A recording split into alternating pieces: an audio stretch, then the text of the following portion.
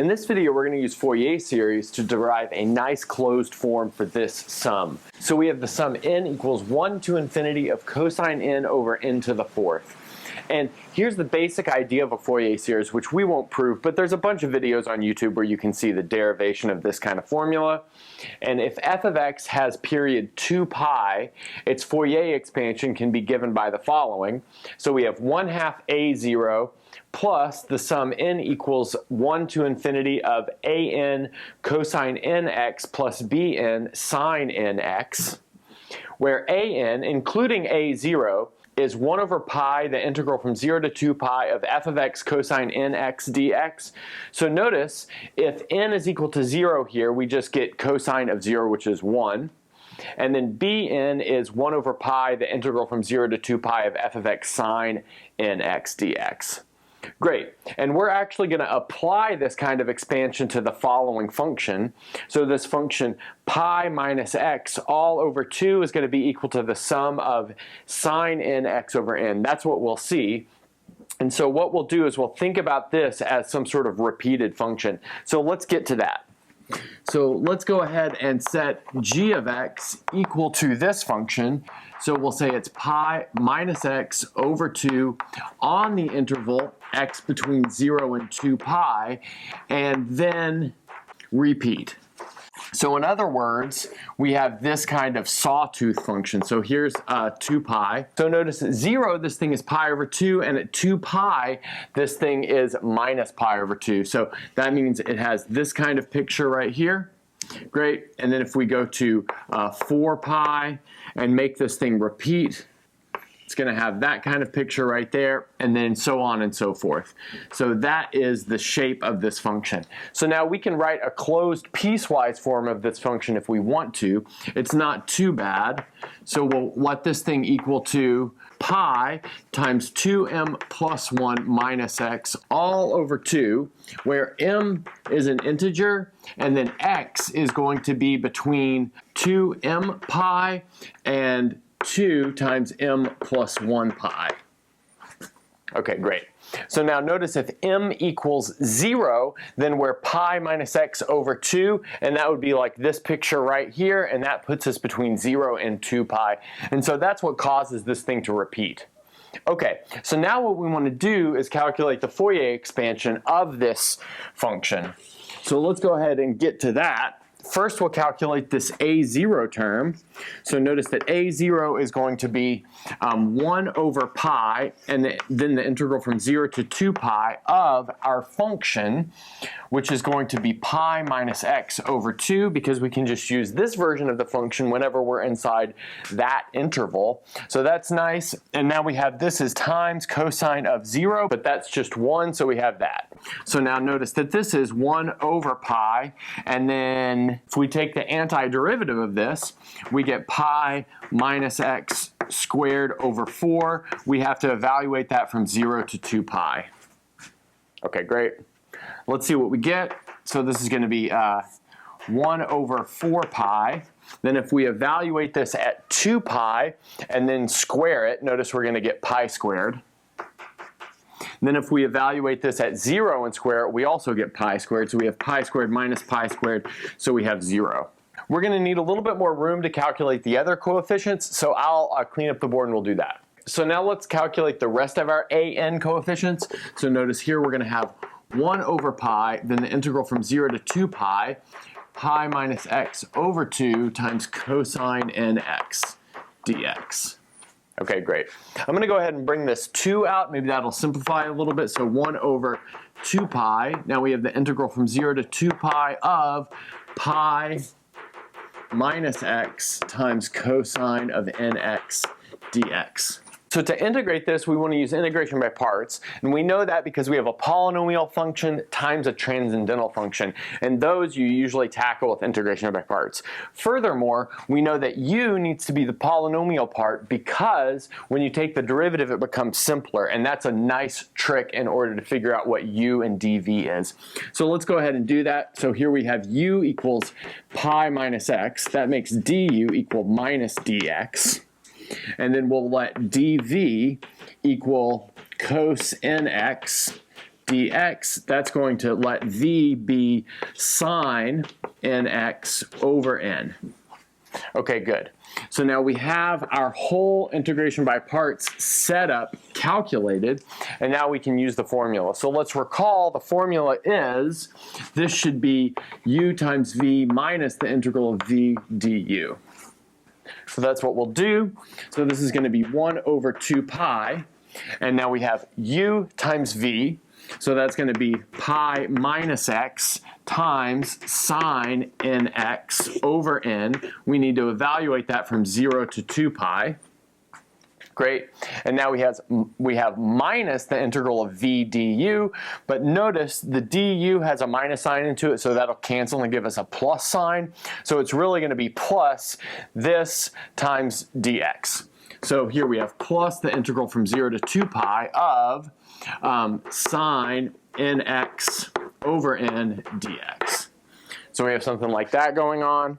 Now notice if we plug 2 pi in for sine, we get 0. We plug 0 into sine, we get 0, so this whole thing cancels out. And then we're left with, this is 1 over 2 pi. Now take the antiderivative of this. The antiderivative of sine is negative cosine. So we have negative cosine nx over n evaluated from 0 to 2 pi. But cosine has the same value on 2n pi and 0 because it has a period of 2 pi. So that means those are going to cancel to 0.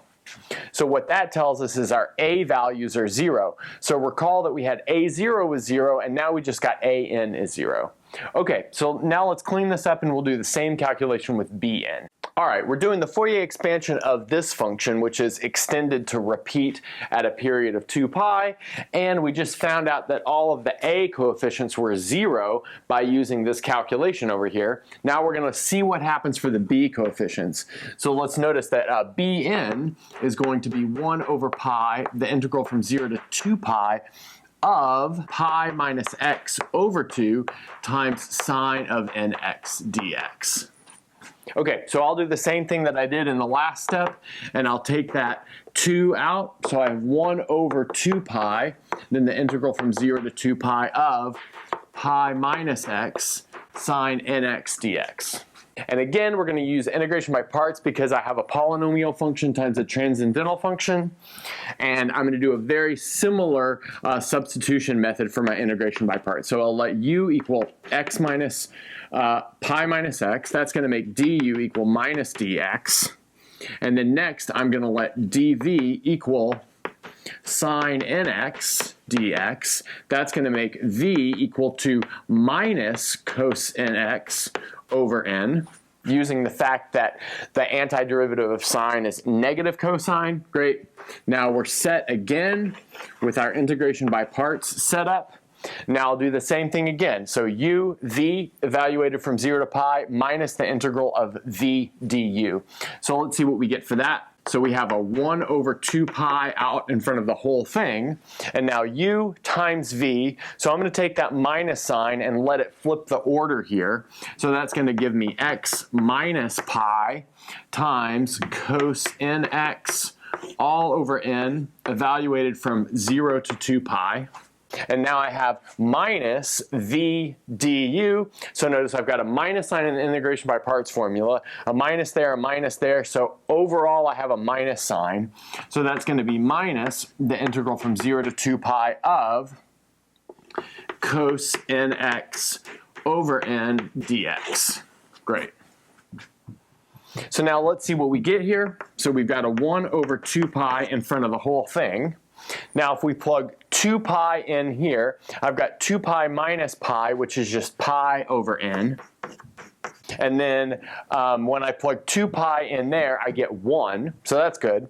Now when I plug 0 in here, I'm going to get minus pi over n. When I plug 0 into cosine, I'm going to get 1. So I have minus a negative pi over n. Great. So just to reiterate, that is what's happening with this guy right here. Now, this is going to be minus, so we need to take the antiderivative of that. That's going to give me sine nx over n squared, evaluated from 0 to 2 pi. But evaluating that at 0 and 2 pi is going to give you 0 on both accounts. And now notice what we get here. This is going to give us 2 pi over 2 pi times n. Because notice this adds up to 2 pi over n, but this is just 1 over n. So just to reiterate, what we did when we found our coefficients for our Fourier series, we found that a0 was equal to 0, an was equal to 0 for n bigger than or equal to 1, and bn was equal to 1 over n for n bigger than or equal to 1. But now looking at the function that we started out with, we see that we have derived this formula down here. So the sum n equals 1 to infinity of sine nx over n is equal to pi minus x over 2. So we've got this. Okay, now we're ready to move on to our main result. So instead of tackling this directly, we're actually going to insert an x here and find something slightly more general and then set x equal to 1. So let's see how that goes. So we're going to look at the sum n equals 1 to infinity of cos nx over n to the 4th. But now I'm going to apply a trick that I'm going to apply several times throughout the solution. I'm going to add 0. So I want to add 0 by adding 1 over n to the 4th and subtracting 1 over n to the 4th. So let's see what we get if we do that. So n equals 1 to infinity of cos nx over n to the 4th. Now let's subtract 1 over n to the 4th, but I'm going to subtract it in this form. This is cosine of n times 0 over n to the 4th plus 1 over n to the 4th. Great. So notice I've added and subtracted 1 over n to the 4th just in slightly different forms. Okay, great. Now I'm going to rewrite this as the sum n equals 1 to infinity of cosine ny over n to the 4th evaluated from y equals 0 to y equals x. So that takes care of these first terms. Great. And then I'm going to break the second part off into another sum, which we can do because we know this thing absolutely converges. You can check by a p-series test that this absolutely converges. It's kind of pretty obvious. Great. And so here we have this is 1 over n to the 4th. Now I'm going to recognize this as the Riemann zeta function evaluated at 4.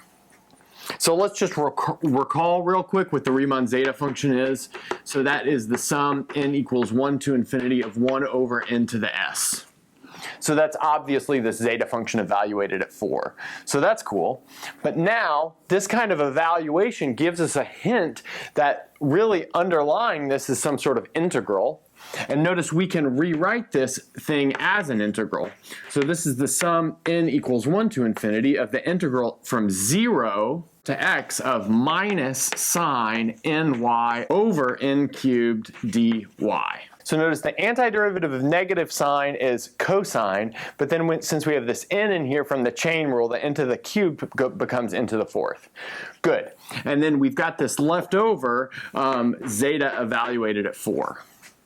Now we're just going to keep kind of doing this trick over and over and over again until we get down to being able to use this formula. So let's see what we get for the next step. So this is going to be n equals 1 to infinity, and then the integral from 0 to x of minus sine ny over n cubed plus sine n times 0 over n cubed dy plus the zeta function evaluated at 4. Okay, good. But notice that this thing can be written in an integral similarly to the last step. So this is the sum n equals 1 to infinity of the integral from 0 to y, and then the integral from 0 to x of minus cosine nz over n squared dz dy. And then finally we've got this plus this zeta function evaluated at 4 at the outside. So notice here I didn't have to add and subtract the same thing because sine of 0 is equal to 0.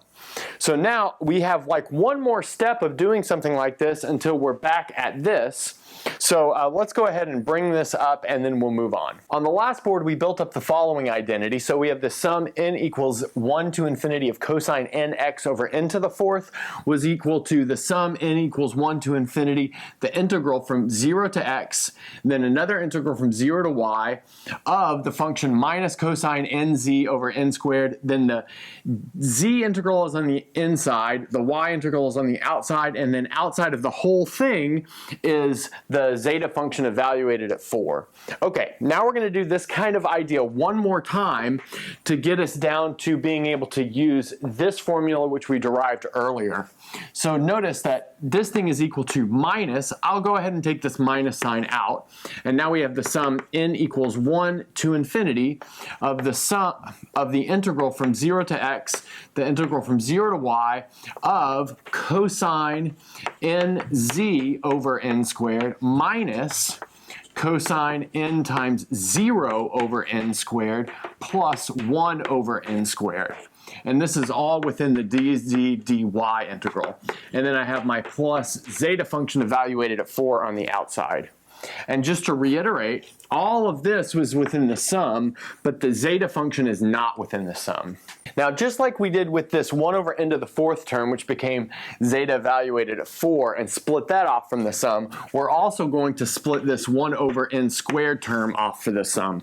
So let's see what we get when we do that. So this is going to be minus the sum n equals 1 to infinity of the integral from 0 to x, the integral from 0 to y. I'm going to rewrite this as cosine nw over n squared evaluated from w equals 0 up to w equals z.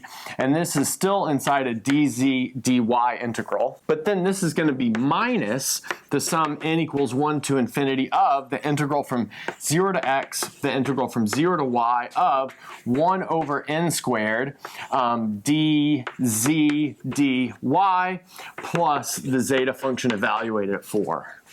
Okay, so again, this minus sign goes in on this 1 over n squared term, which gives us that guy over there. So the next thing that we can do is rewrite this as another integral. So this is going to give us minus the sum n equals 1 to infinity of the integral from 0 to x, the integral from 0 to y, the integral from 0 to z of, so we need to take the antiderivative of cosine, or really we're taking the antiderivative of negative cosine, because I can go ahead and bring that guy back in. The antiderivative of negative cosine is sine. So that'll give us sine nw over n after taking that antiderivative, and this is going to be dw. And then notice here we have minus. I'm going to change the order of summation here. I'm going to change the order of the sum and the integral here, and I get the integral from 0 to x, the integral from 0 to y of the sum n equals 1 to infinity of 1 over n squared, and then dz dy, and then plus this zeta function evaluated at 4. Now the next thing to notice is that this guy right here is actually the zeta function evaluated at 2. And so we'll use that in the next step as we continue to simplify. Okay, so let's go ahead and bring this up, and then we're almost home free. We've done a bunch of work to get this thing down to the following form. So we have the sum n equals 1 to infinity, these 3 integrals in a row of sine nw over n dw, and then dz, and then dy. But notice, that's exactly this guy right here once we change the order of summation and integration, which we're going to do. And then we have this integral from 0 to x, this integral from 0 to y of the zeta function evaluated at 2 dz dy plus the zeta function evaluated at 4. Okay, so like I said, let's change the order of summation and integration here. That'll give us the integral from 0 to x, 0 to y, 0 to z of the sum n equals 1 to infinity of sine nw over n, and then we have dw dz dy, then minus. So now let's get to integrating this out. So we'll have the integral from 0 to x of zeta 2 times z evaluated from 0 to y dy plus the zeta function evaluated at 4. So notice that's just a constant, so there's nothing to do. Okay, So now the next thing that we want to do is replace our sine nw over n with this thing that we derived on the beginning of the video. So let's go ahead and do that. Okay, that's good. And now we can get to taking the integrals of this. So here we have the integral from 0 to x, the integral from 0 to y. And so now we can do this as pi minus w squared over 4, evaluated from w equals 0 to w equals z. And then we have dz dy. Great. And then this is going to be minus the integral from 0 to x of the zeta function evaluated at 2 times y dy, and then plus the zeta function evaluated at 4. Okay, so now let's evaluate z in here and see what we get. So this is going to be the integral from 0 to x, the integral from 0 to y of, let's go ahead and take this quarter out. So we've got 1/4 outside, and now we have pi minus z quantity squared minus pi squared. That's what we get from evaluating this thing at w equals 0. And then this is all inside a dz dy integral. Good. But now notice that this is going to be the zeta function evaluated at 2 times y squared over 2, evaluated from 0 to x, and then plus this zeta function evaluated at 4.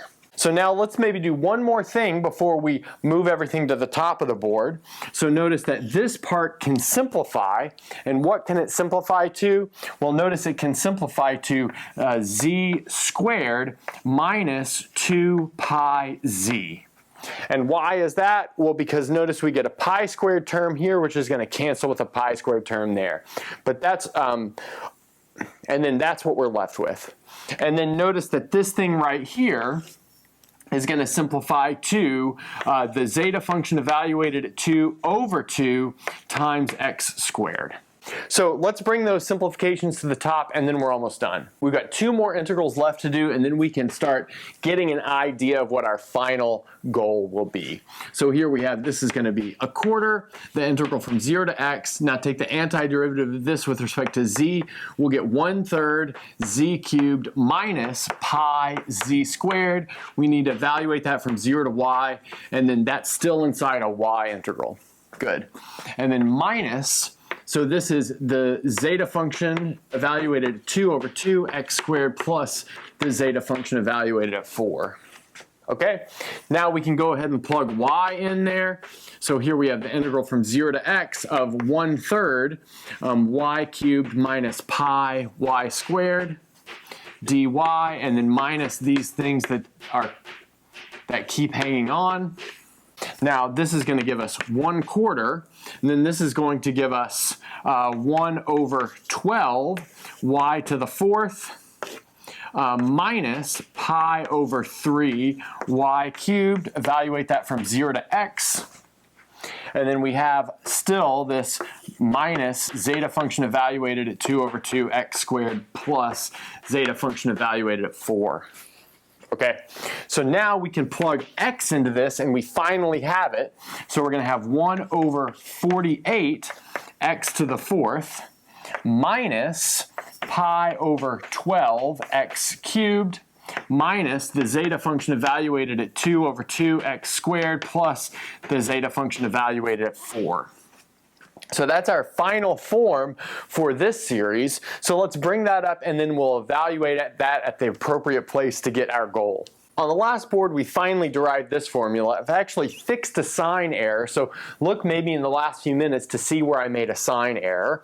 But we have this sum n equals 1 to infinity of cosine nx over n to the 4th. That is minus 1 over 48 x to the 4th plus pi over 12 x cubed minus the zeta function evaluated at 2 over 2 x squared plus the zeta function evaluated at 4. Now the next thing that we're going to use is that the zeta function evaluated at 2 is pi squared over 6.